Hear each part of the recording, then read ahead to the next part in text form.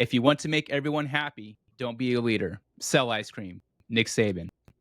My guest in this episode of Passing the Torch is Todd Simmons, the founder and chief vision officer of Courageous Leadership Alliance.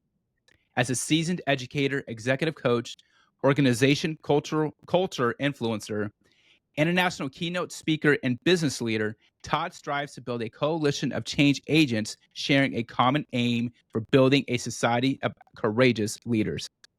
Todd has worked with global institutions and businesses such as NASA, the United States Air Force, the United States Space Force, the PGA, Amazon, and many others. Ladies and gentlemen, please help me welcome Air Force veteran, founder of Courageous Leadership Alliance, TEDx speaker, adjunct professor, author. Passing the Torch with Todd Simmons starts now. First and foremost, welcome to the show, and thank you so much for joining me, Todd. Hey, Martin, thank you. Hey, I know you're on skill. I know you're like transition right now, but hey, you got a job as my national announcer. How about that? I'm going to say it on your podcast. Next time we're in the same place, I'm like, okay, I'm going to kick the MC off the mic in the podium. And I think I need Martin Foster to come up here and introduce. Hey, I appreciate that. Usually I'm like, I don't like hearing all that stuff about myself, but I appreciate you being concise. And actually, it was pretty cool. I never know what someone's going to say, so I appreciate it. Yeah, I appreciate that. Thank you. And I can send this to you. Keith Castile was on my podcast last Monday, and I'm actually releasing that episode this Thursday. And I did an intro for him, and he was like, "Where did you get this stuff?" And it's I pulled from different sources and kind of make it my own. And he was like, "Hey, can you send that to me, man? That's pretty good. I'm just proud of you, man. I look up to you. You do so many different things." But we'll get into all that. How did you like that quote, the Nick Saban quote? So you must have did a little research on me. As soon as you were saying that quote, and I was looking up to the right in my office here. I'm in my home office today, and one of the most prized possessions I have is a Nick Saban signed helmet from the University of Alabama with his personal business card on it with his cell phone number. I don't know how they got that, but that was my retirement gift from Air University. That they knew how big of an Alabama fan I am. I'm a larger Nick Saban fan than I am an Alabama fan. Like it's Nick Saban, then it's Alabama. So yeah, I think that quote is spot on, right?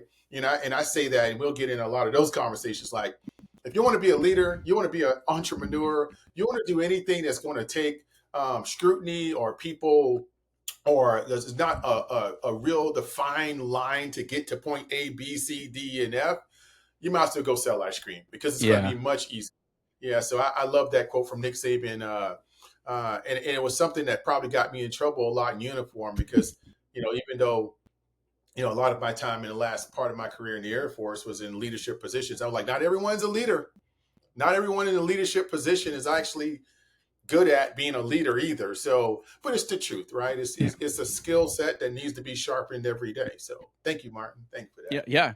No, it's definitely. I did some research before I get into. I'm going out of order. Typically, I start with a certain flow, a certain question, but I'm gonna go a little bit out of order with you. And I mentioned before we started recording that I've been following, your podcast with K Wright. Shout out to K Wright. Just some of the other stuff that you do. But can you take us back to a childhood moment? Because I know that you have a fear of snakes, I heard that. Yeah. So can you take us back to a childhood moment when you thought you were bitten by a snake? Like, what happened, and how do you think that shaped your fear of snakes today, and how you look at fear overall? Well, that's a great question. So you must be reading a lot, huh?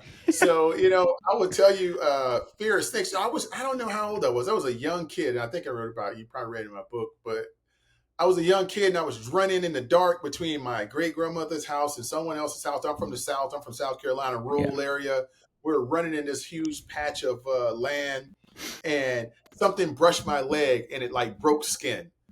And it was dark, pitch black dark at night, in the South, running through knee-high grass. And it looked like, and I just knew it was a snake. And I thought, so I went in the house screaming all of this stuff. And, it literally was bleeding. And it had two little like stripe marks, like kind of thing that looked like a snake bite, but it was a stick.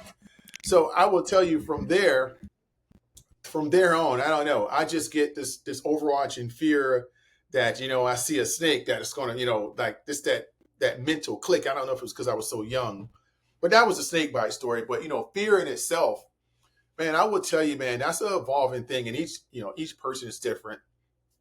For me, I don't fear much, and I don't want that to sound arrogant or cocky. Right. And I'm very comfortable that every day is a new day to be a better version of yourself, or a better, to get something done, or to be a better friend, father, husband, whatever it is. So I don't fear the end of anything. I fear not being intentional to begin something. That's my fear. It's like, and you mentioned like, oh, you do so many things. It's not that I do so many things. I really don't want anything left that I don't want at the end of the day to not. I know time is not something that we have a lot of, right? It's Yeah. just not. It's not infinite.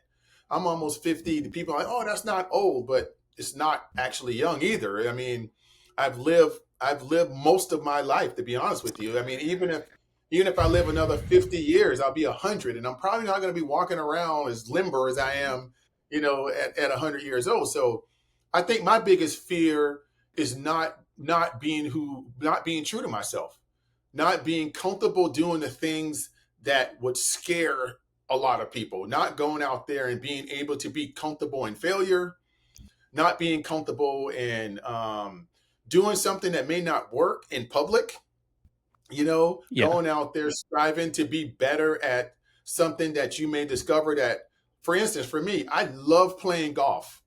I love it. I love being outside, but no, everyone has a different reason why they play golf. I love being outside. I love the smell of nature. I love the way they manicure golf courses and walk up and down golf courses. I love the camaraderie of the people I'm playing with. I love everything about it. But I'm not that good at golf. Yeah. But it doesn't deter me from coming back over and over and over and going on 4 or 5 golf trips a year. And it doesn't make me ever feel self-conscious that I've come in last place, Martin. I have come in last place in a golf tournament out of 70 people. Last place. That needs to be part of your bio. I'm going to add Yeah. that when I send you that bio later. I'm going to add last place in golf. Yeah, I've come in last place in a golf tournament that I have paid thousands of dollars to go to. Not once, not twice, but probably like 3 times. And you know what? And I learned something about myself at the end. Is like, I never actually cared about being in last. It never even like bothered me. I never looked at the other 73 other golfers like in a way that I'm like, oh man, I'm there. I'm so much in the zone of why I'm there, why I'm trying it, why I'm doing it. So what I fear is not continuing to live every day and just be thankful every day to have the opportunity to do things that you do every day. If I fear anything, is I fear that I may be taking the ability for me to be taken away at some point, my quality of life, or my health, or whatever. That's the only thing I fear, is that I won't be able to get up every day and do the things that I so much enjoy on such a simplistic way. I love that. Actually, I remember I saw the pictures of the golf trip with Kay Wright and that whole crew. Wasn't there like Yeah. a snake in your golf cart or something? Or is that happened recently? No, not in my golf cart. I encountered a snake in the bushes The bushes. on one of Okay. the holes. Yeah, I walked up to help someone find their ball. And as I walked up, the snake told me very clearly that I wasn't supposed to be near this bush. Not today, It announced, CLA. Not today.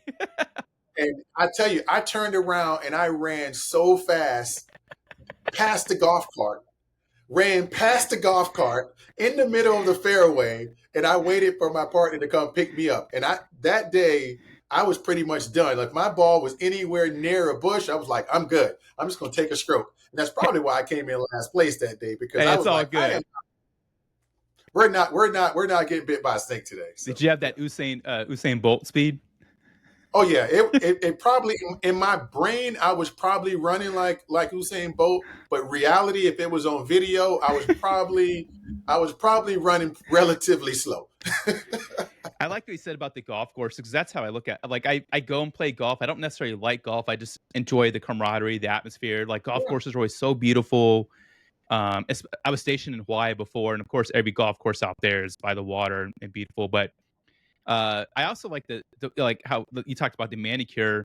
I'm a big boxing fan too, and I remember reading stories about George Foreman when he was in his prime back in the 60s or 70s. He would actually run 3 miles on golf courses because one, it's always got hills, and two, like the grass is softer on your joints and everything. And Right. yeah, that's always something random I think about when I see golf courses. Um, I want to just, you're talking about all these different things, even with your bio, just looking at everything you have accomplished, not just in your military career. I feel like that was maybe even chapter 2 of your life, but you've accomplished a lot since retirement over the past 5 years.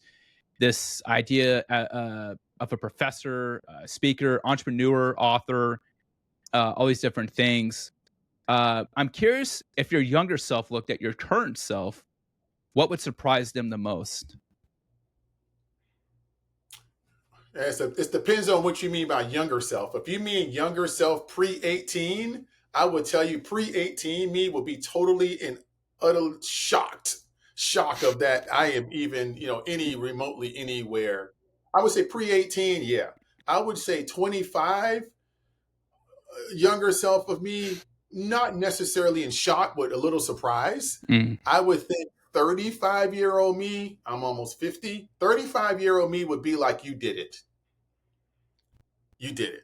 Because I think that's at the point in my life, probably around 35, is where I kind of saw that, you know what? You might not have all the abilities that everyone else, and that's okay. You've already proven at this point that you're not the fastest runner, but you can get to the finish line. I've already proven it myself. So what are the dreams that you really have that you can materialize for yourself? I think around 35 is where I realized, okay, you've already proven that it's going to be harder. It's not going to be easy. You have some limitations, but that doesn't mean that you're out of the game. You just got to now play the game on your strengths. So I would say that, pre-18 me would be utterly shocked. 25 me would be like, oh man, like who's that guy?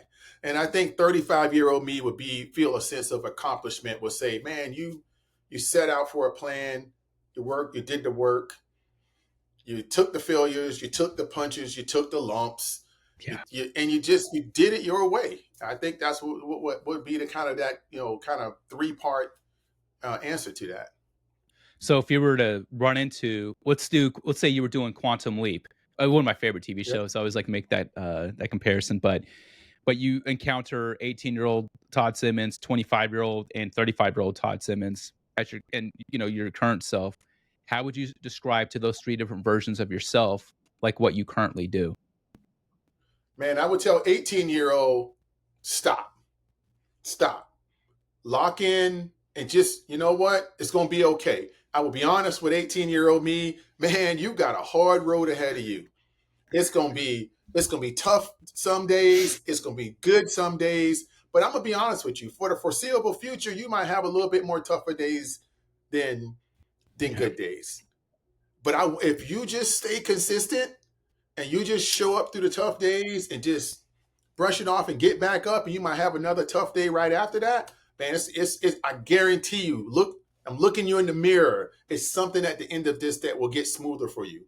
It's not going to get easy. It'll get smoother. I would never tell any one of those versions that it's going to get easy. It's just going to get smoother. Yeah. So and I'll tell a 25-year-old, see, look back. Look at those tough days, man. Those tough days have now become a little less tough days. You had this many, now you have this many. Keep working to try to get, and now 35, I'd be like, you were there. Yeah. All you got to do now is just keep growing yourself, growing the people around you, being consistent, being humble, just learn, keep moving forward. And those hard days are still going to decrease, but at some point, it's just going to be smoother. But every now and again, you're going to encounter a hard day. Yeah, it's like, you're absolutely right. And we have to be honest with ourselves. I was actually a guest on a podcast yesterday, and someone asked me, like, hey, what's your parting thoughts, your parting wisdom? And something that came to the front of mind for me was, we don't grow despite the storms. We grow because of the storms. Like, we're going to encounter some tough storms. So just reminded that. And I love what you said about consistency, because everyone always wants to, hey, what's the one trick or the secret? And it's consistency. Someone shared with me a video of Tom Brady from the past year or two, whatever speech he was giving, and like in this clip, and I think it's gone pretty viral, so most people know what it is. But someone out, like he's talking about, everyone asks me all the time, like, hey, what's the key to winning 7 Super Bowls or MVPs and all these different things, or playing 21 years in the league? And he just said consistency, doing the things that you don't want to do, on a daily basis, not just when you want to do them. I want to jump around a little bit. How was your experience with the Bush program, the Veteran Leadership Program? Was that last year you did that, or 2 years ago? Yeah, 2020. It was 2024. That was great. I've always been a lifelong learner, and I'll just be honest, and I'll put it like, something I consistently is talked about, probably a lot less now, because honestly, I've been out 6 years of the military.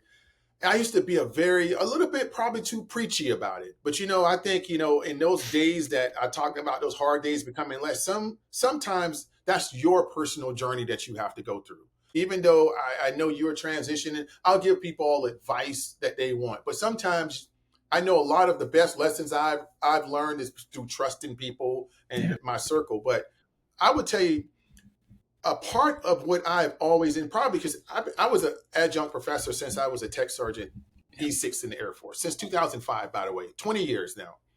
So I've always had like these 3 circles, these multiple circles of people I hung out with.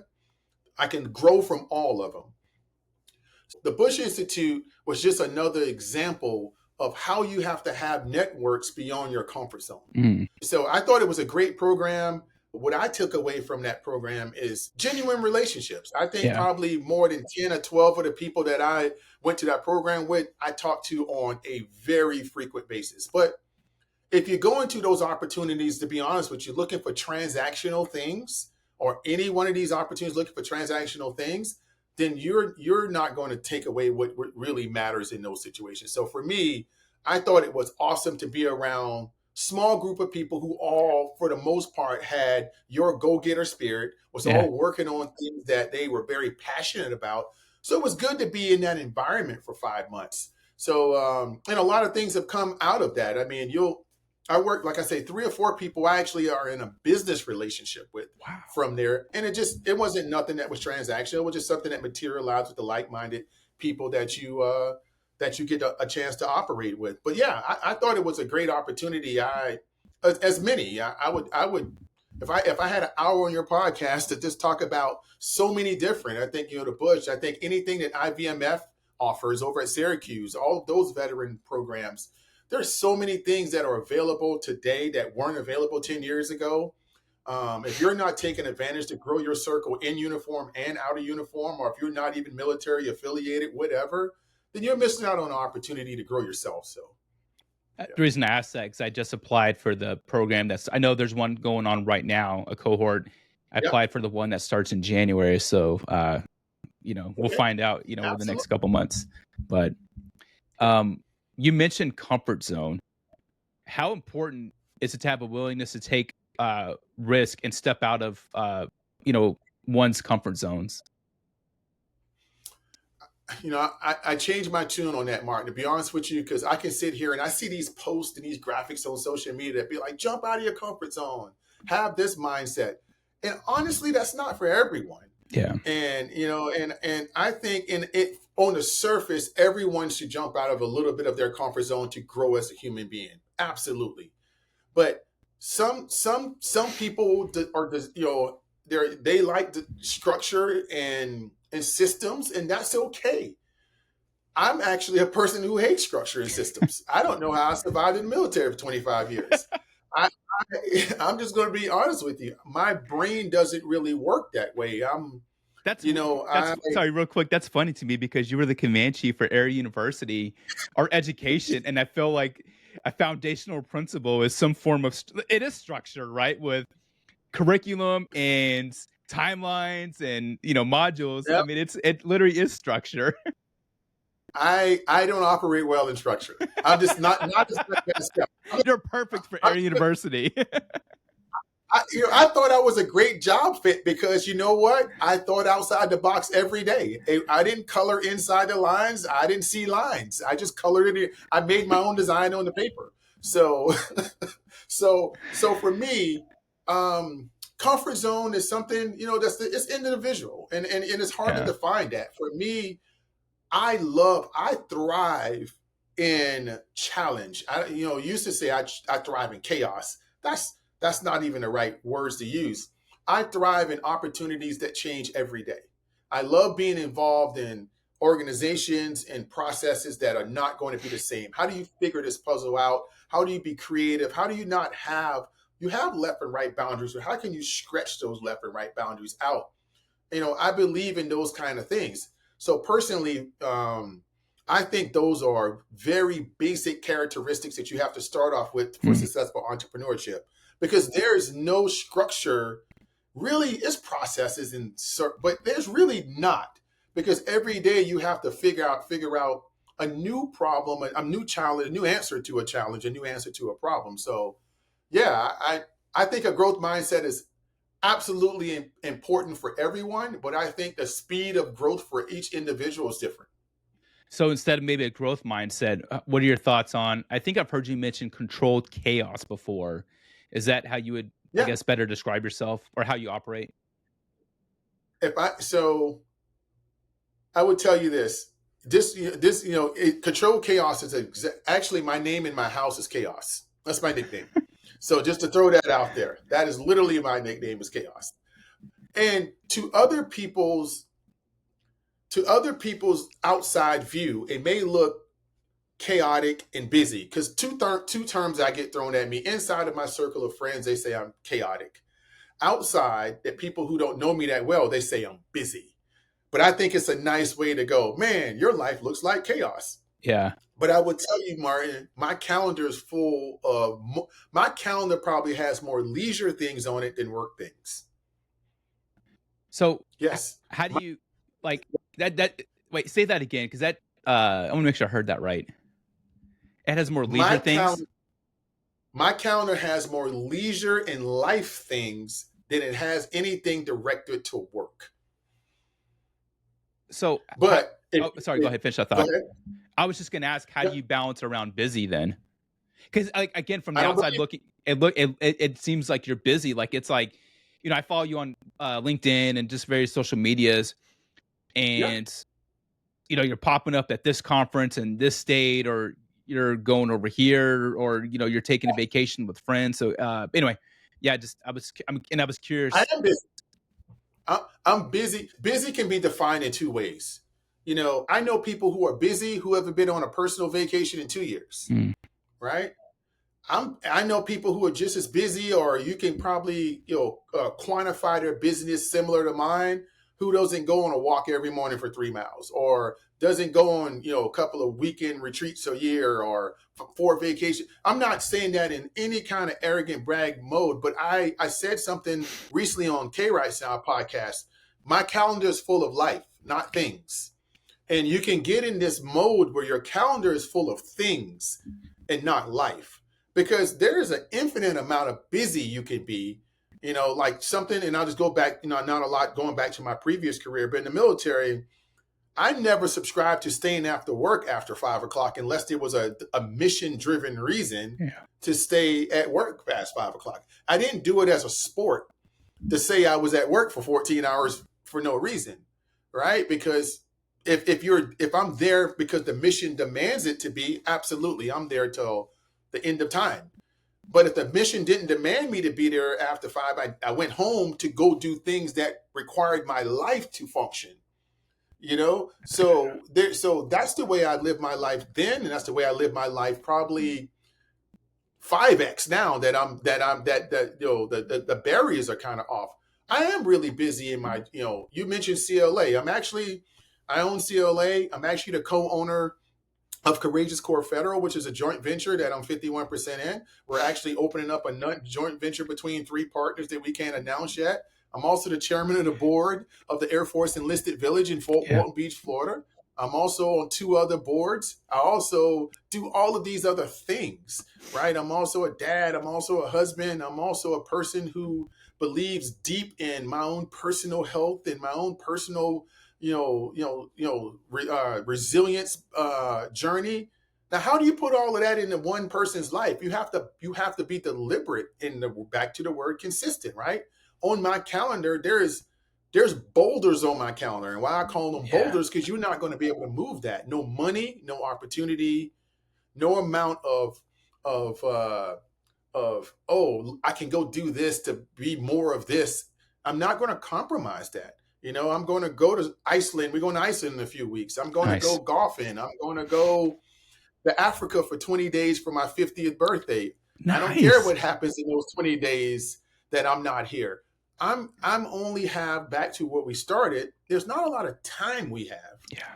And from 18 to 43 years old, I was in the military, and I didn't have a lot of resources nor time to do some of the things that I've been afforded to do now in the last 6 years. So I'm not going to squander that just to say I've achieved something.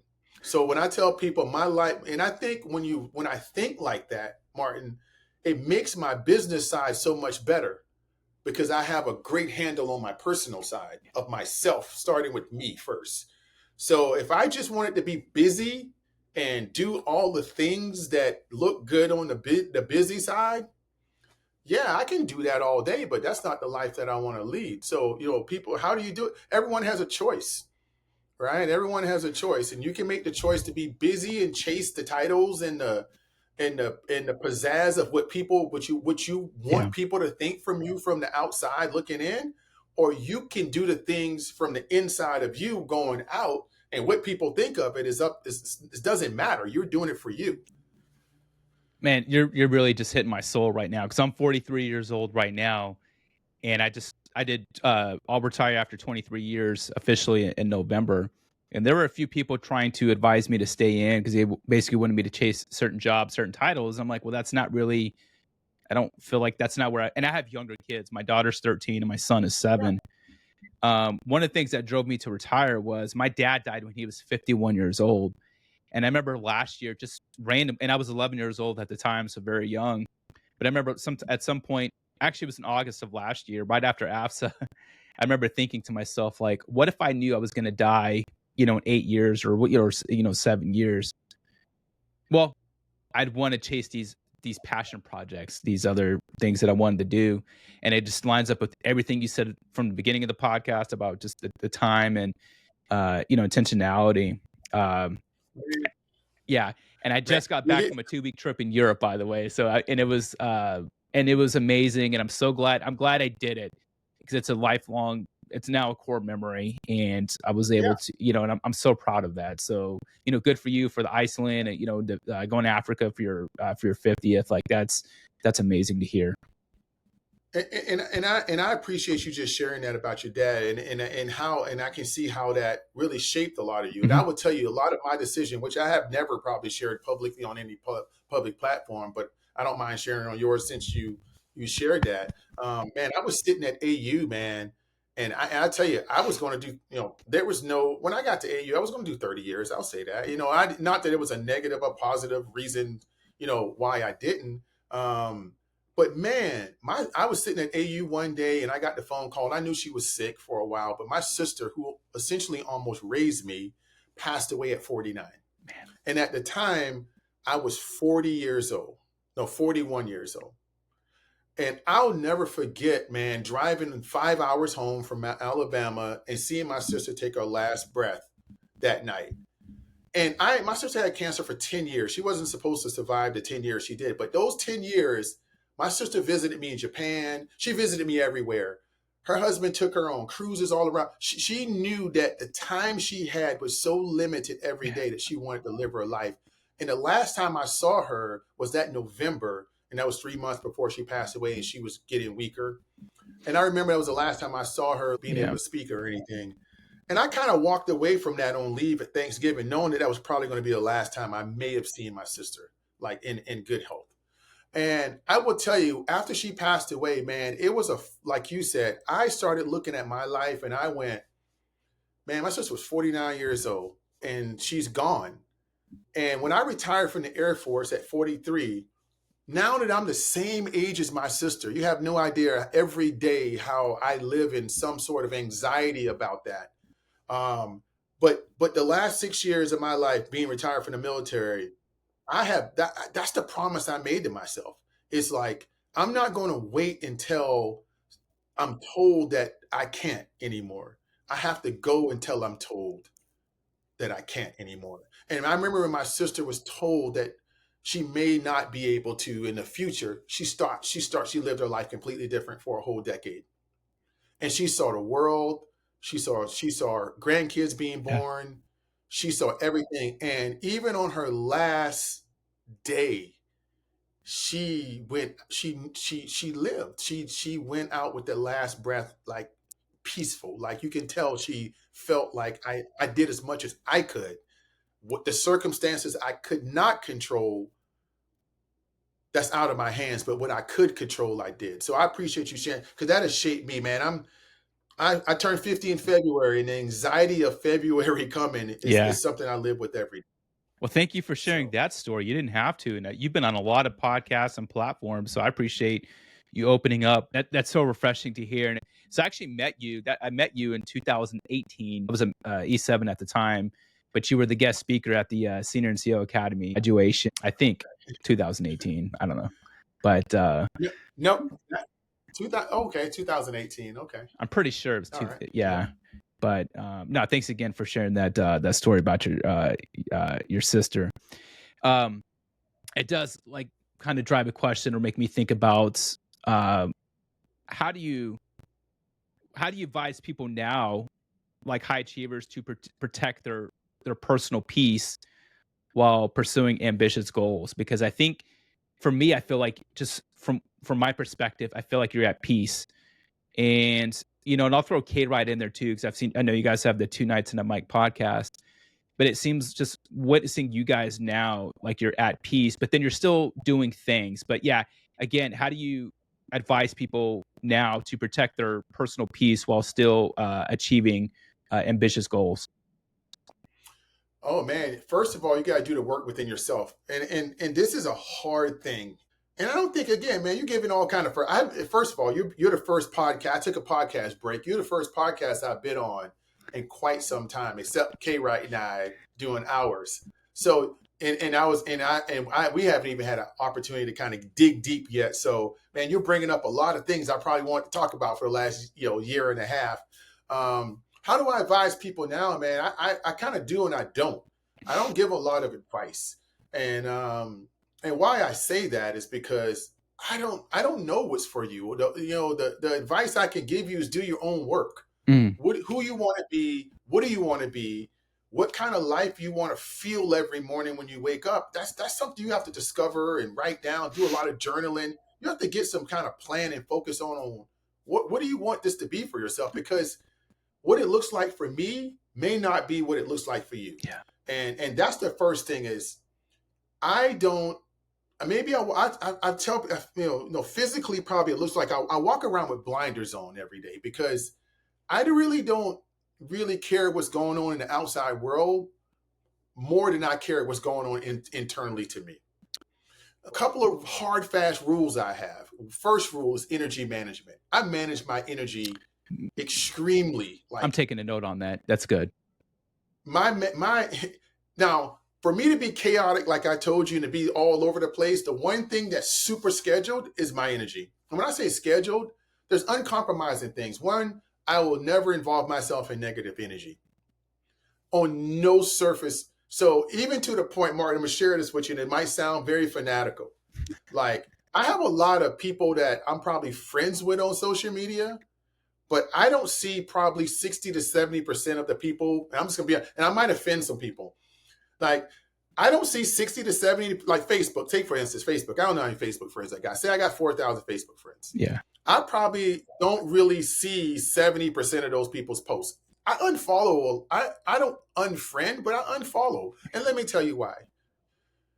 If you decide to post what I call, and I don't want to offend nobody, woe is me post all the Yeah. time, like the world is falling down all the time. And for example, people hating on me and all of those type of posts, I don't have an issue with your posts. I have an issue with what that post does to me in my brain. Because what you put inside of your brain, just like what you put inside of your body from food, it has an effect on you. So if you're looking at things that are not positive, then it can really chip away from the positivity of how you see things externally. So for me, I just choose not to consume that. Just just my choice. I choose not to consume it, and I choose not to be someone who put others out. You'll never see a positive, you'll never see one of those posts from me. And that doesn't make me better. Doesn't make me better than anybody. It doesn't make me better at all. I want to repeat that 3 times. I am not better because it's just what I choose to put out into the world. I want to be in a place where my energy can come off as positive as possible. So that's one thing. My energy is managed. My day, I walk every day. I manage who I want around me. If you're a person who is not in a good place, I'm going to help you as much as I can get into a good place. But it can't be at the expense of me. Yeah. Right? Yeah. So it, and you have to just manage the energy that you put around you. If someone is not really wanting to support you, so what? Why would that's where I'm at. I mean, I'm just like, so what? Why would you post about that, or why would you have energy toward it? I'm not saying people who do that are wrong. That's just the way I look at it. There's billions of people in the world. I meet people every day. Some of them are great human beings. Some of them are people I can have a drink with, and some of them are people I probably never want to talk to again. It's just okay. And I'm sure there's people in the world who feel that about me, who meet me. And I don't feel like it's a knock on me. I feel like if the world was meant to be a billion people be friends with each other, then that would look strange. It's just not, Yeah. it's not the way. So how do I do that? I manage my energy. I manage a lot about what I want to do in my 60-year-old self, like you brought up earlier. And that drives me toward a lot. That drives me toward a lot of things. So I will tell you, long answer to your question, but I just really try to manage my life at this point. I'm an introvert, to be honest with you. And the one thing that I really enjoy about this side of my life, being an introvert, is that I can be an introvert. And I will give you a little secret. The best day that I can put on a Monday through Friday is a day where I sit in my home office when I don't go into my actual office and no one's around, and I can just like cut on Netflix and I can have my laptop and I can be doing work at the same time, and there's no one around. There's no phone ringing. There's nobody texting me. That's the best day. The best day for me is not being around a lot of people. I have days where I need social interaction, but those days probably are less than the days that I would like walking 3 miles around my neighborhood, thinking about being introspective about life and what I want to do, how I want to engage my 2 daughters better, how I want to take care of things better. So that's kind of a good day. Just energy management. That's something I started thinking differently about over the past 5 or 6 years. We talk about mental health and or managing your health, but people talk about time management, never about energy management. And yeah. I've been asked a lot. Friday was exactly 3 months since my retirement ceremony. And I still run into people from when I was in uniform. It's only been 3 months, but I get asked a lot, what have you been doing with your time? And I'm like, I've been walking I walk an hour every single day, and just to get the sunlight, and it's so by myself, and it's so good. It makes me it's part of my routine. I did want to touch on, because I feel like I've seen you at conferences, and you're just trying to chill, right? Or just maybe talk to one person, but it seems like there's always people waiting to talk to you. And I'm sure it's the same on social media, whether LinkedIn or Facebook or business opportunities. But what are some unfair expectations? What unfair expectations do other people put on you? So I'll answer that in two parts. Sure. As someone who came from my beginning of my career at 18 years old, I didn't feel like I had anybody to talk to, right? And that led towards suicidal ideation and an attempt. So for me, I'm not a Chat GPT bot, which means that if you IM me, give me some grace every now and again, 24 hours, but I am the person who will IM you back. If someone texts me, which has happened years ago when I had an individual who saw me at a conference years later, text me in the middle of the night over Facebook, who was literally at the stage of committing suicide. So I take the fact that if someone's reaching out to me, any medium, text, DM on link, I'm going to respond. It's going to be me. So I don't want to take this introverted, energy management conversation into people. I want to be very clear about that. you can reach out to me anytime. I'll pick up a phone from anybody, any time of the night, any day. On my business card, it's my personal cell phone number, and I keep account of how many boxes I've used. I've given out my personal card with my personal cell phone number out to over 4,000 people since I retired. Wow. So that's why sometimes if you text me and I text you right back and go, who is this? It's not offensive. It's because there's literally thousands of people who have my personal cell phone number. And every week I get at least a couple of texts, random texts, who I just got to go, hey, who exactly is this before I respond? And where did we meet? And that's okay. So I'm just explaining that. The second piece of unfair expectations. I would say this clearly to the mic. Unfair expectations. I don't have expectations on anyone to give me anything I don't earn. I don't have that expectation. I've never had that expectation since day one of me being an adult. I would say I believe sometimes people's unfair expectations is they see the social media, which is very regulated. Nothing is 100% true on social media. Yeah. It's what people want you to see. I am busy. I am doing a lot. I am up 5 o'clock every morning. I did spend the first 18 months of my life out of the military up till 2, 3 in the morning trying to build a business, trying to get people to have meetings with me. So yeah, I'm not going to shy away and say I didn't work hard to get at least to the point where I'm at now. The unfair expectations back to the time in the calendar is that I should have that time to do that for you without you putting the same level of work effort in. And that's unfair. You're dropping so many gems. This is great. Yeah, I love that. So what'd you think of that question? Because I've mentioned there's a book that I have, and it has about 150 names in there, and these are all potential guests, like kind of dream guests, and they range from Todd Simmons to Kurt Warner was recently on my podcast, and the quarterback. So that I've had this book for a long time. Someone's name may be in that book for 2 to 3 years, and on my on a notes app on my phone, I'll have same thing, people's names, potential guests, and I'll kind of just randomly take notes or if I think of something. But that is one question specifically I've had that I've wanted to ask you for probably about 2 years. And if K-Wright comes back on, he's been on my show twice. I'm going to ask him that same question. But anyway. Yeah. And him and I probably have that conversation more than anybody. And it's the thing. I don't have so I have a mentor. She's way younger than me. She runs a $250 million company. She's been my mentor for years. I don't have any expectation on her to give me anything. If she calls me and gives me 5 minutes of her time, I'm going to cherish that 5 minutes like it's the greatest 5 minutes I've ever had.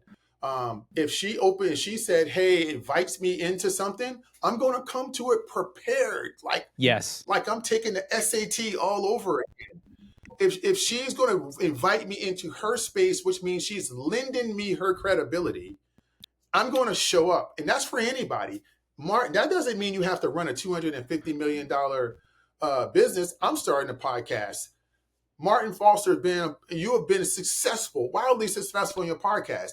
If you were to invite me in on a virtual meeting just for whatever, I'm not going to take that for granted. And also, I would never ask you to invite me in on a meeting because I haven't built that trust with you, or I haven't built that relationship with you to even ask. Like you just said, how many years you've been taking down? Yeah. This is the example. You've been taking down notes for 2 years. You have to get Kurt Warner on your podcast meant that you have trial and error. Yeah. How to now market and make your podcast something that Kurt Warner would even pay attention to and do. Yeah. You have built credibility. You have to have past performance and past practice and all of these things. What if I came to you today, Martin, and said, hey, Martin, can I get your guest list? That's not fair. It's not, right? And I get asked that. But that's, again, I didn't want, it took me years to get to the point where, say, I wanted to do a podcast, right? Yeah. So I'm like, I toyed around with it for years. But you know what I've done? I went out, I hired a producer, I did the work, I'm researching. I didn't call Mark. You know how many people I know who have podcasts? A lot. Yeah. I I didn't call any of them up until I'm ready to ask the right questions. Ooh. Because you said the unfair expectations will be calling Martin and be like, hey, man, I'm thinking about starting a podcast. Can you send me over all your stuff? Yeah. That's not right. You know, and it's funny because You I've had know? people like in the past 8 months, Joe Bass has been on my podcast. And within 4 days, I recorded episodes with Nate Boyer, Kurt Warner, and this is all in 4 days of one another, 3 episodes that I recorded back in June. So Nate Boyer, Kurt Warner, and Cody Keenan. Cody Keenan wrote the book called Grace. It was a bestseller, I think, in 2022.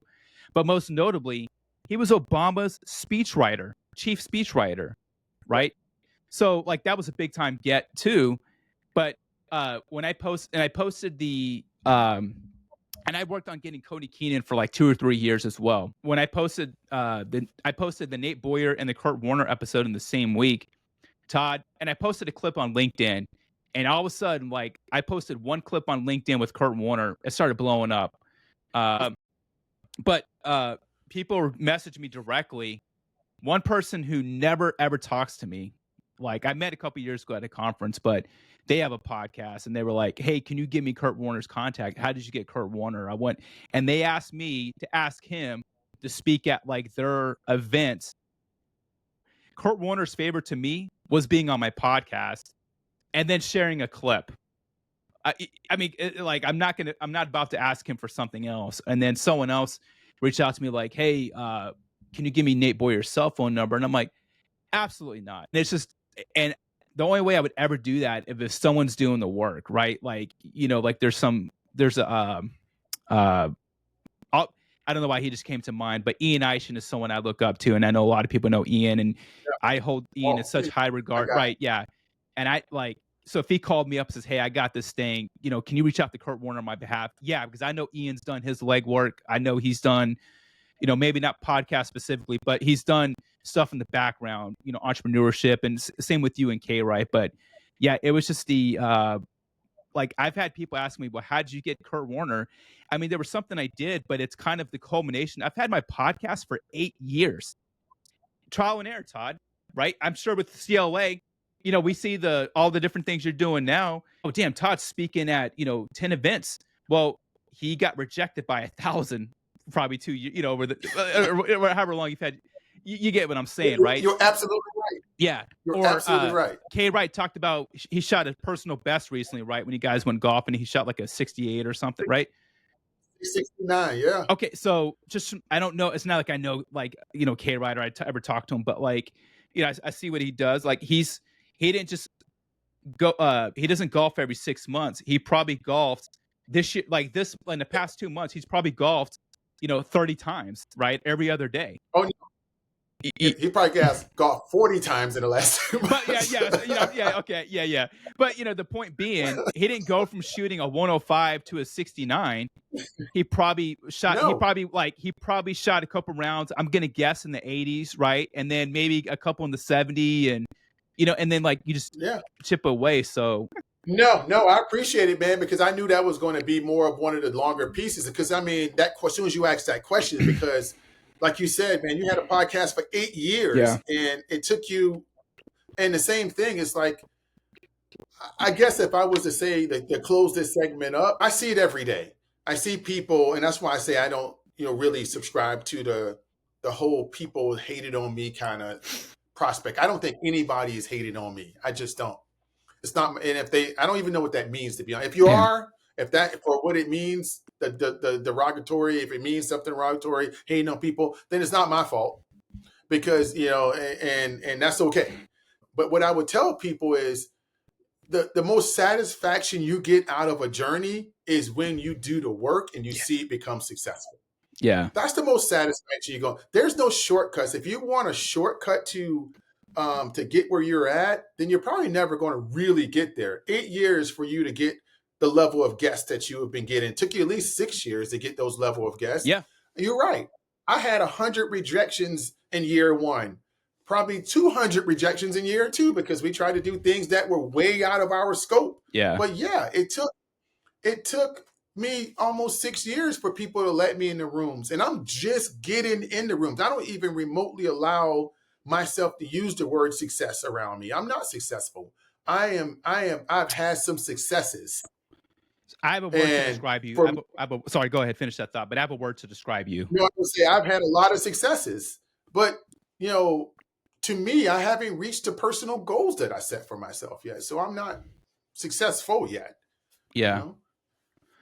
So I forget exactly what you said earlier in the episode, very early. I used to think like my goal is to be the smartest person in the room.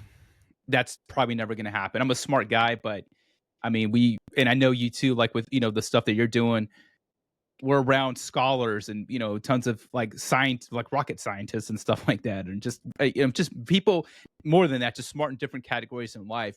So I've changed my mindset. I know I'm not the smartest person in the room, but where I think one thing, and this is where I think you stand out too, is we're similar, is we're the most one, like I'll put myself in the 1% of the most resourceful people in the room, because I'm resourceful, and it ties into as when you were talking about consistency, it's about being resourceful. And I think we don't really talk about that word or that trait specifically.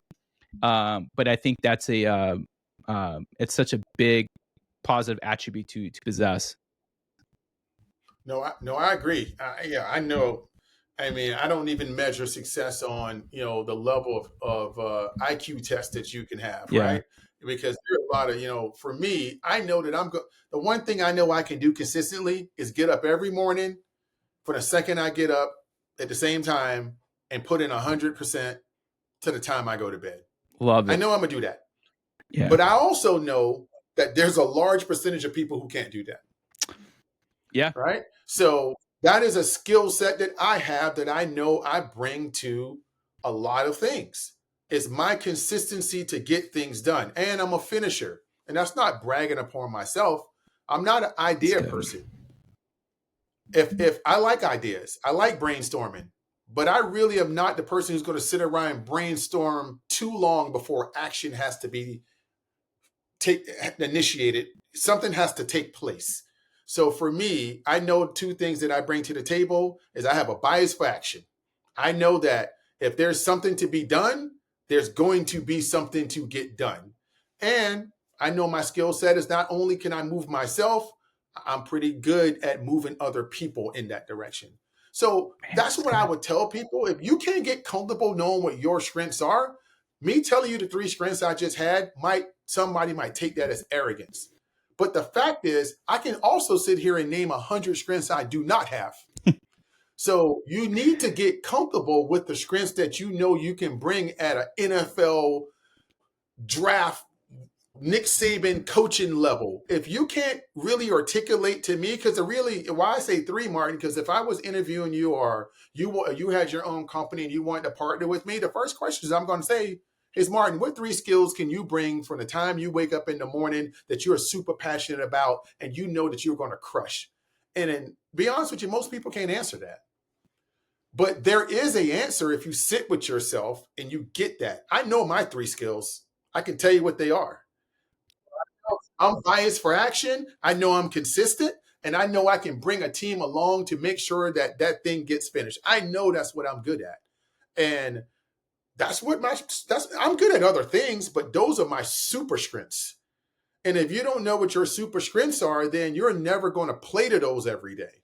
And I get up knowing that those are the strengths I'm going to play to every day. Everything else that I may be a B and a C level on, I make sure I exercise those too, but I need these super strengths to make sure they're getting pulled up. You got to know that about yourself. Yeah. So I want to transition to some lighter topics, some fun questions. They're miscellaneous. There's no rhyme or reason, Todd. They're all over the place. But you ready? Yeah, man, let's do it. All right, tell us about a new friendship from the past 2 to 3 years and how that friendship came about. A new friendship in the last 2 to 3 years and how that friendship have come about. Man, a new friendship in the last 2 to 3. I've been kind of just isolated, living in an igloo mode for the last 2 to 3 years. A new friendship. Oh man. I would say, I say I have a lot of newer friendships that are coming about. Oh, I would speak on one, and I make great podcast guests for you. And this is a newer friendship, and his name is Edgar Jones. He's a former NFL. Todd, I swear, this is crazy. I swear to you, I just messaged. I just started following him on LinkedIn earlier. Here's why. So I met Lakedra Houston yesterday, Uh-huh. and we started following each other on social media. I'm sorry, I met her on Saturday. God, Todd, this is meant to be, man. Sorry for getting like jumping in, man, but this is a sign. I just he commented on her post, and I saw like a previous NFL athlete, and then I started reading about him. I'm like, I got to get this guy on. Edgar, you got to come on my podcast, man. So Him and I met through a mutual friend some months ago, and it was just one of those things where we connected on a Zoom one day. And I tell you, we have regular check-in Zooms with each other for no reason. And I tell you, it has been one of the most refreshing conversations I've had with another, male in a long time, like yeah, continuous. It's just such a great, humble, just conversation. So I think I am excited about that friendship. I say a new friendship that has recently come in. It's a couple more. I don't want to people who I know have met. I've met a couple of more people. I can say the same thing. Tony Covington, who's been up here in the Baltimore area, who's also ex-NFL guy that has a nonprofit that I'm helping him out with. I just think, that there's been a few friendships that I've come up in 2025 that I've been very refreshed in the conversations, the level of just maturity in the conversation, the maturity into the level. So yeah, that's crazy that, Edgar, and I'll reach out to him today too. He's I tell you what, just a great human being. So yeah, man, I love that link because I'm excited, man. What a coincidence. yeah. Speaking of friendships, I know you recently got into politics. Managing a campaign. Hear me out on this question. If K. Wright were running for president and you had to come up with a campaign slogan, what would it be? Oh my goodness. If K. Wright was running for president and I had to come up with a campaign slogan, what would it be? Oh man. Man. Man, that's a tough one. I would, off the top of my head, like, I don't know why this came out the top of my head, like into the future. I don't know why that came off the top of Okay. my head, but that's the first thing that came to my mind is into the future or we're behind, we must catch up. That's another one that came to it. Hey, I like that. Oh man. I don't know, man. I would have to think about that, but it's something futuristic. Okay. It would have to be something about how we are stepping into the future. If I had to think about with his campaign, because all of his ideas walking in there would be what we have already done is good, but it can't continue. It will be something about, rapid change, rapid success or something like that. Okay. What about if you two were to star in a buddy cop movie? Think of like those 1980s, 1990s, like, all those dumb movies that were from that time. What would the name of that movie be? And if you don't have a recommendation, or if you don't have it, can't think of anything, I do have a recommendation. The name of I have to make up the name of the movie that would be with like it'd be like one of those buddy cop movies, Yeah. I think oh man, what's the movie with Danny Glover and Lethal Weapon. Yeah, it will be something in that kind of Lethal Weapon kind of world. Okay. Because I don't know. It would be probably man, it will have to be something like that. I don't have a right name, but it'll be a throwback to Lethal Weapon. What about Ronald and Donald? The Ronald. Yeah. Is that right? Because you guys tell people you're twins, or something. No, we have never told anybody. Oh no, but like you guys get mistaken for one another at restaurants and stuff. Yeah, the Ronald Donald story at a Mexican restaurant. I forgot what city we were in, and the two waitresses was like, "You guys are twins. Who's older?" And we were like, "What are you talking about?" So in good K. Wright fashion, he was like, "Yeah, we're twins. That's Ronald, and I'm Donald." And I'm just like, so for the whole meal, these people they're calling us Ronald and Donald. And I've taken a picture with a few airmen at a few events that, one airman, famous story from Schriever, and because I knew the command chief at the time at Schriever, and we were at an AFSA pack, I think the formal dinner that night. this one airman, A1C, he took a picture. He came up and said, "Hey, can I take a picture with you?" He's like, well, whatever, like, cool. He took a picture. Then he went back to his command chief and said he took a picture with K-Wright. And because I knew the command chief, he came over and brought the airman over to me and was like, "Hey, this is Todd Simmons. This is who you took a picture with. That's K-Wright." It was, I felt so bad because the airman had already sent the picture to his mom. He had already like said, "Oh man, it was just." I gave the airman one of my AU coins, which I did not give out that much because I felt so bad about it. Oh, that's good. That's good. So good. Yeah, it doesn't happen that often, but we got some pretty funny stories about Ronald Donald when we're in the same spot. So, all right, last couple of questions, just wrapping up. What are the open tabs in your browser right now? oh, right now, Riverside. Yeah. I got Riverside. I have Cloverleaf up, which is a coaching assessment tool we use. I have Okay. LinkedIn. I have YouTube up for my YouTube channel. And I have a Zoom tab because I was just on a Zoom meeting before this. And then I have 2 email account tabs. Okay. All right. Not good. Because it's always like you're very thought leader. You're always thinking and just looking at different things. So it's always. Oh, and Chat GPT is up also. Yeah. Are you typing in right now, like name a buddy cop movie for me and K-Wright, Yeah. Chat GPT is always up. I use that significantly every day. So. All right. If you can invest $1 million into a person in 2026, who would you invest in and why?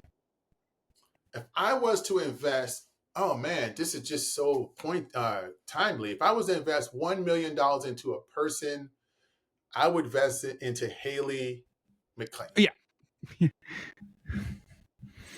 If I had in 2026, I would invest $1 million into her because everything I have mentioned, I just talked to her yesterday. She's the most energetic, consistent, coachable, all the things that you would want in someone to mentor and tell them to take this and go forth and create and conquer. She fits every one of those. Yeah. Consistent, energetic, humble, thoughtful, intelligent, business acumen, which is super important, creative idea. I would give her $1 million. I would focus it and channel that energy in or something, and I think she'll 10x it. She's in her presence. She has an actual presence. She is, she's a powerhouse. I need to figure out how we open a business together. I've opened like 4 businesses now. Like I find, I'm like a serial entrepreneur. Like I like to find people that, and this is what I tell anybody listening from an entrepreneur spectrum. And anytime you have an entrepreneur on, I think a great question you ask them is, what's your ideal business partner? And I think that varies for people. Me personally, my ideal business partner is someone who has to match or exceed my energy and vision for this energy and output to work on this business. And if you're going to be a partner. If you're not going to be a partner, then you're just an investor. Yeah. And you have to understand what your investment is. But if you're going to, and typically in a startup, there's no investor. Your energy is the investment.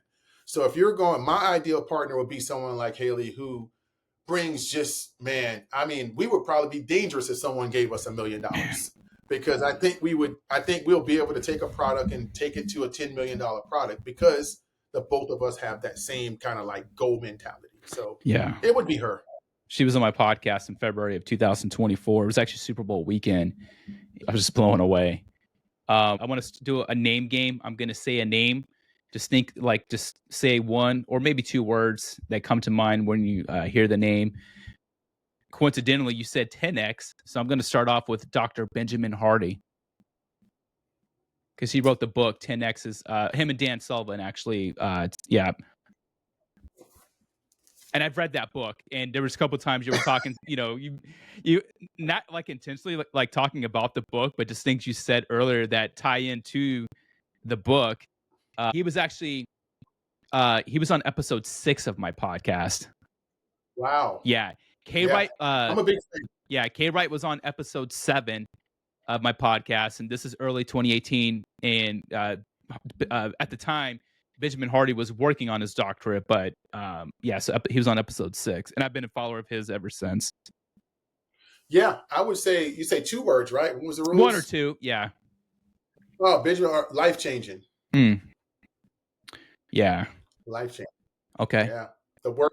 Yeah, I think it's life changing for me personally. Yeah, that book. And someone gave me that book last year just as a gift, and I've written. It's great stuff.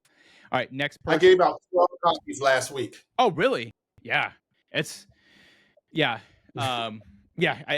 definitely a go-to book, and a lot of great principles. The next person is Nick Saban. Oh man, GOAT.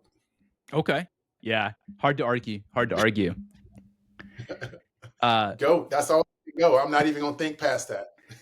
The last person is someone who was on episode 26 of my podcast, and she gave you a shout out, and she quoted you, gave you credit for it, and it's something that I've been talking about, like I've used in terms of like mentorship and advice, when I'm provided that opportunity. But she said, people talk about, there's always room for this person at my table. She said, just build a bigger table, right? But Mary Polanco. Growth. Yeah. She's got a great story. Like, yeah. I'll say growth. I love to see the growth she's had. Yeah.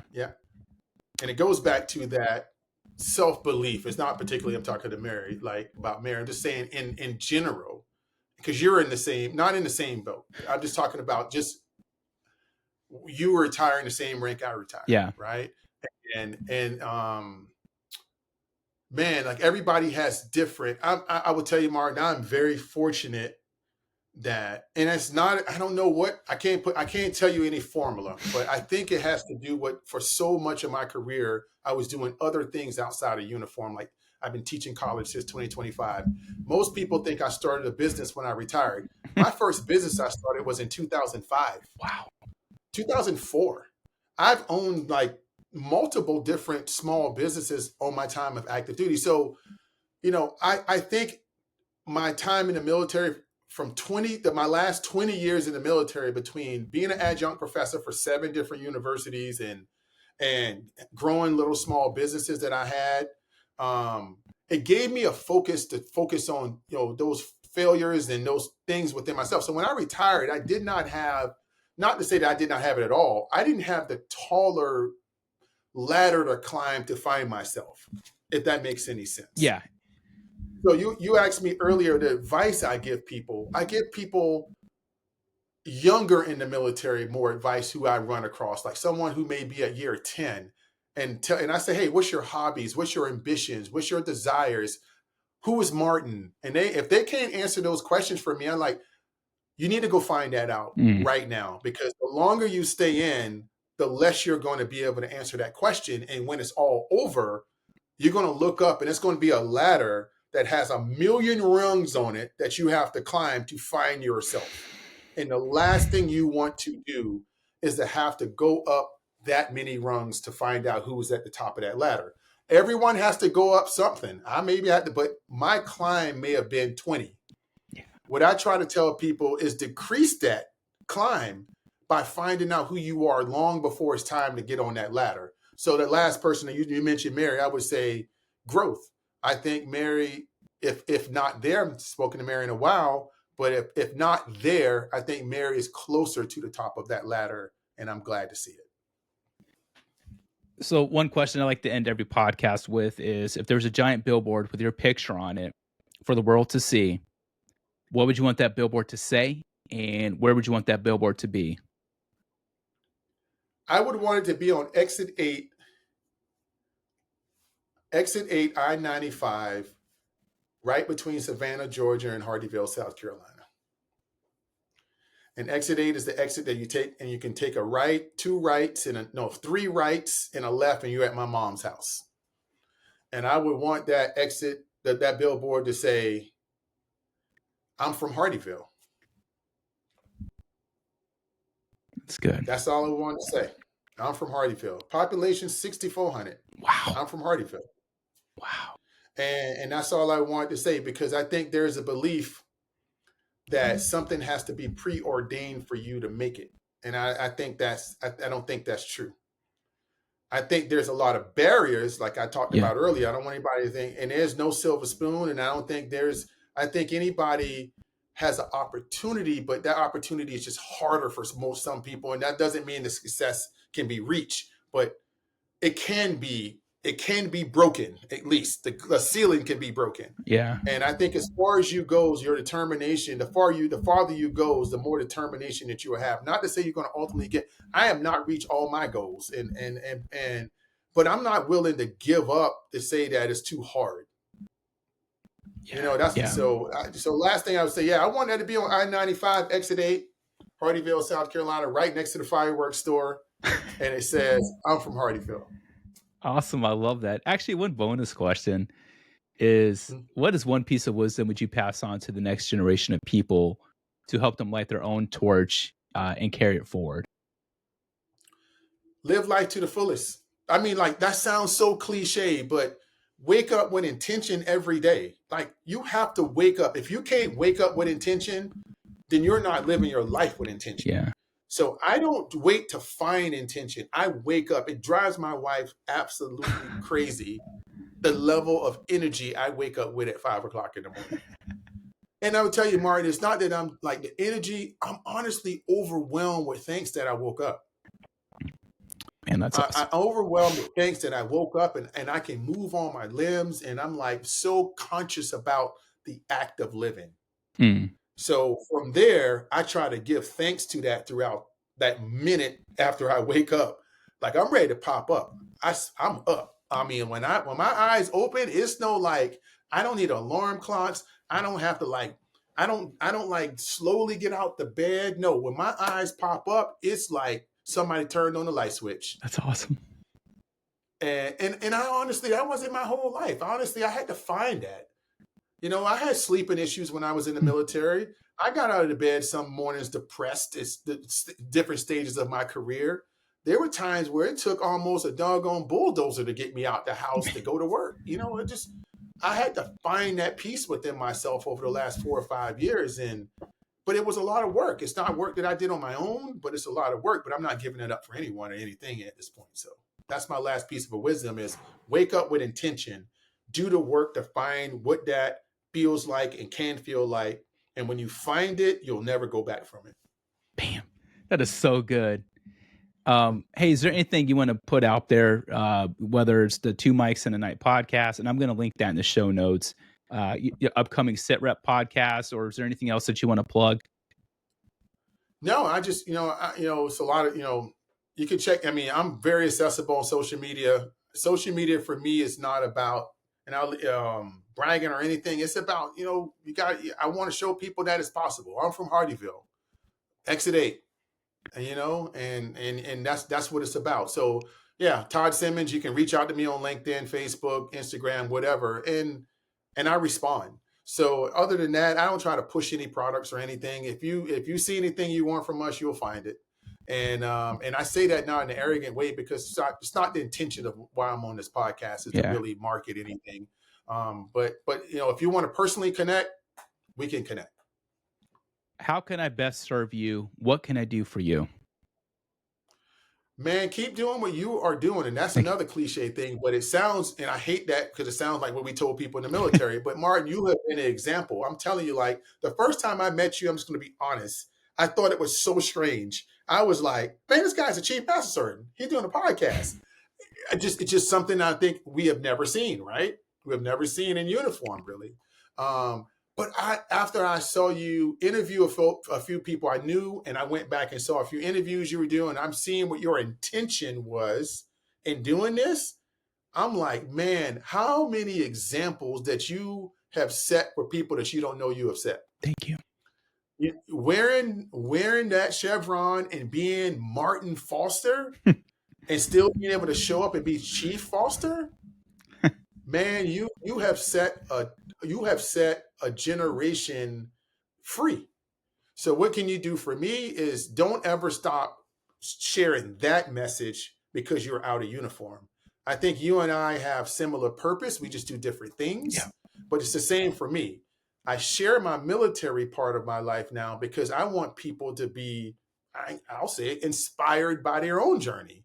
Like, you can do both. You can run 2 races at the same time. You can be the greatest airman that has ever lived in your AFSC. And you can also be the greatest version of yourself every day. Those 2 things can live in the same body. So keep doing that. Keep pushing that message. Thank you. You just made my day. I'm not the best at expressing gratitude or showing things, but you have no idea like how much that just makes me how great that makes me feel, Todd. So thank you so much, man. That's high praise coming from you. So I'm honored, man. Yeah. No, I appreciate you, man. I appreciate you reaching out and us doing this. This has been a great start to my week, I would tell you. So this is, like I said, I've been not on, any podcast in a while other than what me and K-Wright did, but man, I appreciate this. I appreciate the honor of coming on here and being a part of your audience and stuff. So I look forward to helping you any way that you need me to continue to help you. As you transition and be in this journey, man, remember what I just said about that ladder. Like, everybody's rungs on the ladder is different. Mm-hmm. So if you feel like you're exhausted in that climb, man, reach out to me. I'm sure you got my personal cell phone number and email or something. I do. But if you feel like, man, I've been climbing for 4 months now, I just feel like this thing ain't gonna ever end, and that's okay. Don't beat yourself up. Everybody's climb is different. And but like I just said, and I acknowledge, even you asked me about Mary, I said I'm so proud of her growth, and I've seen that she has, even though we have not even really been, I'm not talking to Mary in a while, but I can just see it, and I appreciate, and I can name 10 other people that I've seen the growth in, and the first thing I tell each of them: don't make your journey somebody else's journey. It's just yours. 2 of y'all can't fit on that ladder at the same time and side by side. You're all climbing up the same ladder, but you're on your own journey. So. And I feel some days that I haven't reached the top of my ladder. Yeah. I feel like I'm peaceful. I feel like I'm the best I've ever been in my entire life. I'm the happiest. I'm the most peaceful. But I still feel some days like I got, it's just a little bit more climb. I